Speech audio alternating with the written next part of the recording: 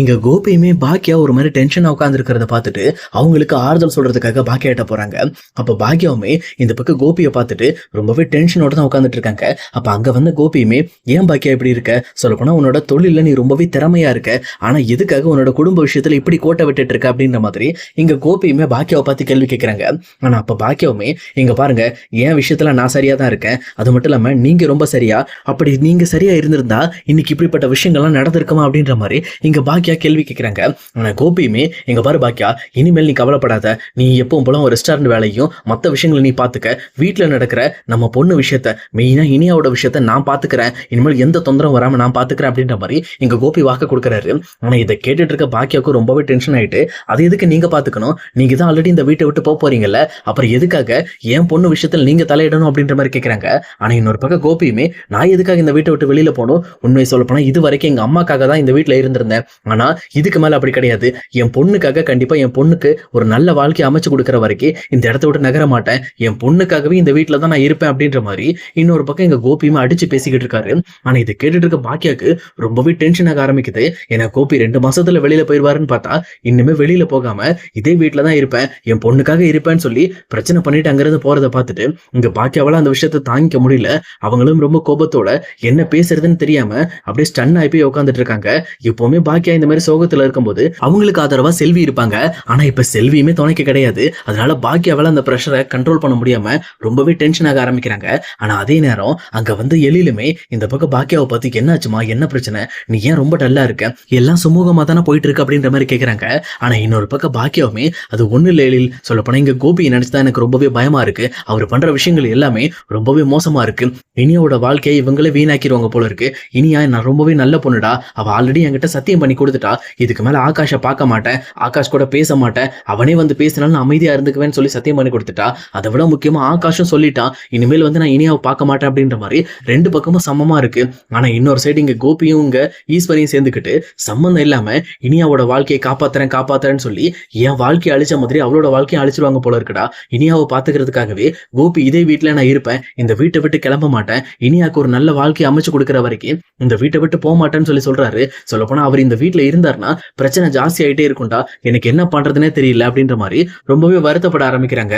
ஆனா இதை பார்த்துட்டு இருக்க எழிலுமே, என்னமா சொல்ற, அவர் 2 மாசத்துல வீட்டை விட்டு கிளம்புறதுதானே சொன்னாரு, இப்ப என்ன திடீர்னு மறுபடியும் இந்த வீட்டுல இருக்கான்னு சொல்லிக்கிட்டு இருக்காரு அப்படின்ற மாதிரி கேட்கறாங்க. ஆனா இதை கேட்ட பாக்கியாவுமே, என்ன பண்றதுன்னு எனக்கு தெரியலடா, இனியாவை காப்பாத்துறதா இல்ல இவங்க கிட்ட இருந்து நான் தப்பிச்சு போறதான்னு எனக்கு தெரியல, ஏன்னா எனக்கு மனசெல்லாம் ரொம்ப குழப்பமா இருக்குடா அப்படின்ற மாதிரி எங்க பாக்கியா ஃபீல் பண்ணி அழ ஆரம்பிக்கிறாங்க.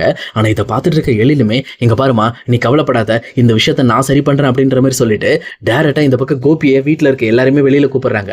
அப்போ கோபி ஈஸ்வரி வந்ததுக்கு அப்புறம் இங்க ஈஸ்வரி இருந்துகிட்டு, என்னடா எழில், உனக்கு என்ன பிரச்சனை, உங்க அம்மாவுக்கு தான் அடிக்கடி வந்து தேவையில்லாம பிரச்சனை ஆகுதுன்னா நீ வந்து இந்த மாதிரி எங்களெல்லாம் கூப்பிட்டு எல்லாம் பிரச்சனை பண்ணிக்கிட்டு இருக்கியா, உனக்கு என்னடா வேணும் அப்படின்ற மாதிரி கேட்கறாங்க. அப்பதான் இந்த பக்கம் எழிலுமே, இங்க பாருங்க, எனக்கெல்லாம் உங்ககிட்ட இருந்து ஒண்ணு வேண்டாம், நான் உங்க பையன் கிட்ட பேசணும்னு நினைக்கிறேன் அப்படின்ற மாதிரி இங்க கோபி கிட்ட பேச ஆரம்பிக்கிறாங்க. அப்போ கோபியுமே, என்ன எழில், எதுக்காக நீ என்கிட்ட பேசணும், என்ன விஷயம் அப்படின்ற மாதிரி கேட்கறாங்க.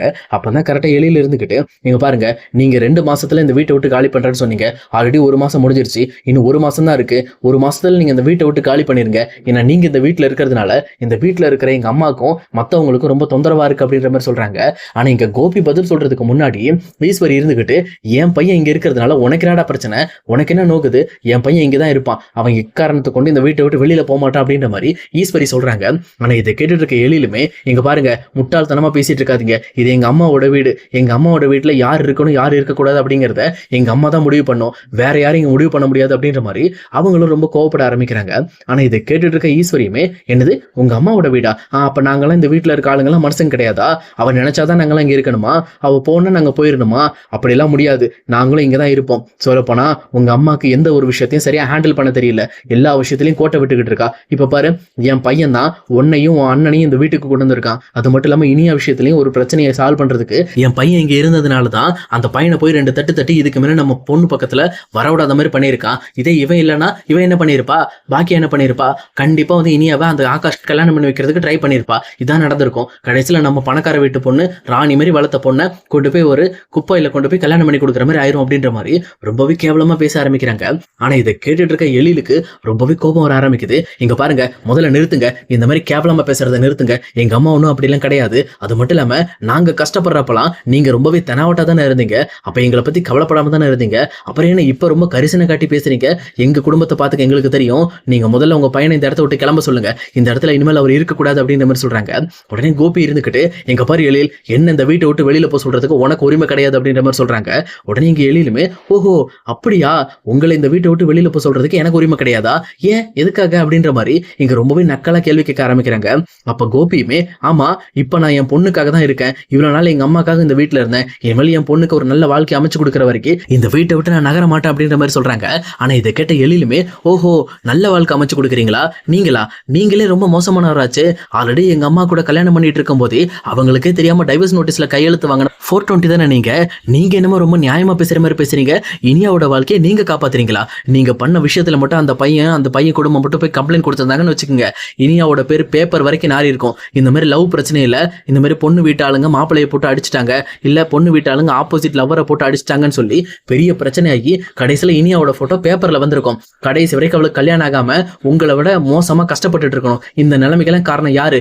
நீங்க தான். நீங்க பண்ண விஷயம் தான். ஏதோ செல்விங்கிறதுனால கொஞ்சம் நம்மளை மன்னிச்சு விட்டுட்டு போயிட்டாங்க. அவங்க மனசு வச்சதுனால தான் இன்னைக்கு நம்ம பேரும் மரியாதையும் காப்பாற்றப்பட்டிருக்கு. உங்க தெனாவட்டுக்கு ஏற்ற மாதிரி நீங்க ஆடிக்கிட்டு இருந்தீங்கன்னா கடைசியில இனியாவோட பேர் மட்டும் இல்ல, நம்ம குடும்பத்தோட மான மரியாதையை கப்பல் கட்டி பறந்திருக்கும் அப்படின்ற மாதிரி ரொம்பவுமே ஆக்ரோஷமா பேசிட்டு இருக்காங்க. அப்ப கரெக்டா எழில பார்த்த செலியனுமே, என்னடா இது, அப்பாவையும் பாட்டியும் மரியாதை இல்லாம பேசிக்கிட்டு இருக்க, உனக்கு என்னடா அவ்வளவு திமிரு? இந்த மாதிரி அவங்க 2 பேரும் இங்க இருந்தா மட்டும் தானே எல்லாம் சரியா இருக்கும். அவங்க இந்த வீட்டை விட்டு போயிட்டாங்கன்னா நடக்கிறதே சரி இருக்காது. ஏன்னா அவங்க அம்மா நீ நினைக்கிற மாதிரி சரியானவங்க கிடையாது. அவங்க எப்பவுமே சென்டிமெண்ட் பக்கம் சாஞ்சிருவாங்க. செல்வி கொஞ்சம் வந்து உருகின மாதிரி பேசினா போதும், அடுத்த நிமிஷமே இனி அவ ஆகாஷ்க்கு கல்யாணம் பண்ணி வைக்க அம்மா தயங்கவே மாட்டாங்க. ஏன்னா ஆகாஷை போய் அடிச்சதுக்காக தான் என்னையே திருப்பி அடிச்சாங்கல்ல. சொந்த பையன் கூட பார்க்காம எல்லாரும் முன்னாடியும் கன்னத்துல பலார் அரைஞ்சாங்கல்ல. இவங்களால நம்பி எதுவுமே பண்ண முடியாது அப்படின்ற மாதிரி சொல்றாங்க. ஆனா இன்னொரு பக்கம் எழிலுமே, முதல்ல எல்லாம் வாயை மூடிட்டு நிறுத்துங்க. இவ்வளவு நாள் உங்களுக்கு சோறு போட்டு காப்பாத்திட்டு இருந்த அம்மா வந்து இப்ப உங்களுக்கு தப்பானவங்களா தெரியுறாங்களா? இதே வெளியில இருந்து நமக்கு ஆப்போசிட்டா எல்லா தப்பையும் பண்ணிக்கிட்டு இருந்த கோபி இப்ப உங்களுக்கு நல்லவங்களா தெரியுறாங்க. நம்ம வீட்டுக்கே நம்ம அம்மாவுக்கும் எவ்வளவு துரோகத்தை பண்ண இந்த ஆளு ரொம்ப நல்லவனா? இவன் வந்து இனியாவோட வாழ்க்கையை காப்பாற்ற போறானா? இனியாவோட வாழ்க்கையை நீங்க யாரும் காப்பாற்ற வேண்டாம். அது மட்டும் இல்லாம இந்த வீட்டை விட்டு நீங்க ஒழுங்கா கிளம்பிடுங்க. அப்படி இல்லைன்னா என்ன பண்ணுவேன்னு எனக்கே தெரியாது அப்படின்ற மாதிரி எழில் கோவப்பட ஆரம்பிக்கிறாங்க. அப்ப பாக்கியவுமே, எங்க பாரு எழில், தேவையில்லாம இவங்க கிட்ட நீ சண்டை போடாது அப்படின்ற மாதிரி பாக்கியா கண்ட்ரோல் பண்ண பாக்குறாங்க. ஆனா இன்னொரு பக்கம் எழிலுமே, நீ இருமா முதல்ல, இதுக்கு நம்ம எப்படியாவது ஒரு முடிவு கட்டி ஆகணும் அப்படின்னு சொல்லிட்டு இந்த பக்கம் எழிலுமே பாக்கியாவை அமைதிப்படுத்துறாங்க. ஆனா இன்னொரு பக்கம் ஈஸ்வரியுமே, டேய் நீயும் அம்மாவும் தலைகீழ நின்னாலும் சரி இந்த வீட்டை விட்டு நாங்க காலி பண்ண மாட்டோம். கண்டிப்பா இந்த வீட்டுல தான் நாங்க இருப்போம். இதுக்கு மேல இது வீடு எங்க வீடு, அவ வீடுன்னு வேணா சொல்லிட்டு போட்டு, ஆனா இந்த வீடு இனிமேல் எங்களுக்கு தான் சொந்தம் அப்படின்ற மாதிரி ஒரு ஆக்கிரமிப்பாளர் மாதிரி பேச ஆரம்பிக்கிறாங்க. ஆனா இதை கேட்ட எழிலுக்கு இதுக்கு மேல இவங்க கிட்ட சைலண்டா இருந்தா வேலை நடக்காது அப்படின்னு சொல்லி புரிஞ்சுக்கிட்டு, அம்மா நீ உன்னோட பெட்டி படிக்கையெல்லாம் பேக் பண்ணு அப்படின்னு சொல்லிட்டு இங்க டைரக்டா வந்து பாக்கியோட துணிமணி எல்லாம் பேக் பண்ண சொல்றாங்க. அதே நேரத்தில் அமிர்தா கிட்டையும், அமிர்தா நம்மளோட துணி எல்லாம் எடுத்து பேக் பண்ணு அப்படின்னு சொல்லிட்டு அதையுமே பேக் பண்ண சொல்றாங்க. சொன்னது மட்டும் இல்லாம டைரக்டா இனியா கூட்டிட்டு வந்து, இனியா நீங்க பாரு இனியா, நீ எங்க கூட வரியா இல்ல உங்க அப்பா உங்க பாட்டி உங்க அண்ணன் பெரிய அண்ணன் இவங்க கூட இருக்க போறியா அப்படின்ற மாதிரி கேட்கறாங்க. ஆனா இது கிட்டவனே இனியாவுமே, அம்மா எங்க இருக்காங்களோ அங்கதான் நான் இருப்பேன். ஏன்னா இவ்வளவு நாளா நான் அம்மாவை தப்பா புரிஞ்சுக்கிட்டு இருந்தேன். இனிமேல் அம்மா தான் என் லைஃப்க்கு எல்லா விஷயத்திலையும் ரொம்பவே தெளிவான முடிவு எடுக்கிற ஒரே ஆள் அப்படின்னு சொல்லிட்டு இனியாவும் தன்னோட பேக் எல்லாம் எடுத்துட்டு அங்கிருந்து 3 பேரும் கிளம்ப ஆரம்பிக்கிறாங்க. ஆனா இதை பார்த்துட்டு இருக்க கோபியுமே, இனியா நீ எங்க போற, அவங்க 2 பேரும் இங்க இருந்து போயிட்டு போகுது, நீ எல்லாம் இங்க இருந்து போக கூடாது அப்படின்ற மாதிரி இனியாவை கண்ட்ரோல் பண்ண பாக்குறாங்க. ஆனா இனியாவுமே கோபியை பார்த்து என் மேல இருந்து கையெடுங்க அப்படின்ற மாதிரி கோவப்பட ஆரம்பிக்கிறாங்க. ஆனா கோபியுமே, நான் உன் அப்பா, உன் மேல இருந்து கையெடுக்கணும் என்ன அவசியம் இருக்கு, நீ இந்த வீட்டுல இருக்கணும் நான் சொன்னா இருந்துதான் ஆகணும் அப்படின்ற மாதிரி சொல்றாங்க. உன இனியாவுமே, யாரு நீங்க என்னோட அப்பாவா? நீங்க என் அப்பாவே கிடையாது, எனக்கு அம்மா மட்டும்தான், எங்க அப்பா செத்துட்டாங்க அப்படின்ற மாதிரி சொல்லிட்டு இங்க இனியாவுமே சேர்ந்து பாக்கியாவோட அந்த வீட்டை விட்டு கிளம்புறாங்க. ஆனா வெளியில போறதுக்கு முன்னாடி எழிலுமே இங்க கோபியும் செல்லியனை இன்னொரு பக்கம் ஈஸ்வரியும் பார்த்து, இங்க பாருங்க உங்களுக்கு இன்னும் 10 நாள் தான் டைம், 10 நாளைக்குள்ள இந்த வீட்டை காலி பண்றீங்க. அப்படி இல்லைன்னா லீகலா இந்த வீடு வந்து எங்க அம்மா பேர்ல இருக்கு, எங்க அம்மா மூலமா போலீஸ்ல கேஸை கொடுத்து போலீஸை வச்சு உங்களை அடிச்சு வெளியில துரத்திடுவேன். இதுக்கு மேல எங்களை தேடி நீங்க வரவும் கூடாது, எங்க கூட நீங்க இருக்கவும் கூடாது, இந்த வீட்டை 10 நாள்ல காலி பண்றீங்க அப்படின்ற மாதிரி எல்லாருக்கும் வார்னிங் கொடுத்துட்டு அங்கிருந்து கிளம்புறாங்க. இதை பார்த்தோன்னு ஈஸ்வரிக்கு ரொம்பவே டென்ஷன் ஆக ஆரம்பிக்குது. போலீஸ் யார் வந்தாலும் நம்ம பாத்துக்கலாம், இது நம்ம வீடுடா அப்படின்ற மாதிரி கோபி கிட்ட சொல்ல ஆரம்பிக்கிறாங்க. ஆனா கோபியும் ரொம்பவே கோபத்தோட இந்த பக்கம் பாக்கியாவையும் எழிலையும் பார்த்துட்டு இவங்களுக்கெல்லாம் திமிர் ஏறி போச்சு, இவங்களெல்லாம் சும்மா விடக்கூடாது, இவங்களுக்கு கொடுக்க வேண்டியதை கொடுத்தாதான் நாம யாருன்னு தெரியும் அப்படின்ற மாதிரி பழைய மாதிரியே வில்லனா மாறிக்கிட்டு இருக்காரு. சொல்லப்போனா அவர் ஆல்ரெடி வில்லன் தான், இப்ப கொஞ்சம் ரிட்டையர் ஆன மாதிரி இருந்தாரு, இப்ப திடீர்னு மறுபடியும் வில்லனா மாற ஆரம்பிச்சிட்டாரு. இந்த மாதிரி கோபியோட வில்லத்தனமான செயலாலையும் வில்லத்தனமான பேச்சாலையும் எங்க பாக்கியோட ஃபேமிலிக்கு என்னதான் நடக்க போகுது அப்படிங்கறத இனி வரப்போற எபிசோட்ல நம்ம கண்டிப்பா பார்க்கலாம் guys.